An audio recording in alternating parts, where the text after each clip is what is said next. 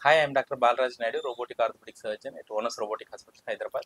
So we do fast track trauma surgeries, knee replacement surgeries. Today we have special guest with us. So Varalakshmi garu, unfortunately, kinda body fracture in the ankle joint, very severely comminuted. So three bones completely fracture. We did a minimally invasive surgery. It was follow up వచ్చారు వాళ్ళకి experience ఏమైనా అడిగి తెలుసుకుందాం. Hello madam, చెప్పండి madam, ఎట్లా తెలిసింది, ఎట్లా ఉంది మీ treatment at Onus robotic hospitals? చాలా బాగుందండి. ఎట్లా అయింది ఇది మీకు? యాక్చువల్‌గా ఇంట్లో పని చేస్తూ పడిపోయాను. ఓకే. వెంటనే మా ఫ్యామిలీ రెగ్యులర్‌గా వెళ్ళే ఫ్యామిలీ డాక్టర్ ఇక్కడ రిఫర్ చేశారు. ఇక్కడ ఓకే. వెళ్ళమని. ఆ. ఇంకా సడ్ ఇప్పటికి ఎన్ని రోజులు అవుతుంది సర్జరీ చేసుకోవడం? 5 మంత్స్. 5 మంత్స్. మీరు ఏం పని చేస్తారు? నేను గవర్నమెంట్ ఎంప్లాయీ. Government employee. ఎక్కడ? R and B department. R M B department. Overall గా సర్జరీ అంటే అందరు భయపడతారు కదా, మీరు సర్జరీ అయిపోయిన తర్వాత ఎట్లా ఉన్నారు? హాస్పిటల్ డాక్టర్స్ కానీ స్టాఫ్ కానీ? చాలా బాగుందండి. ట్రీట్మెంట్ కూడా బాగా చేశారు.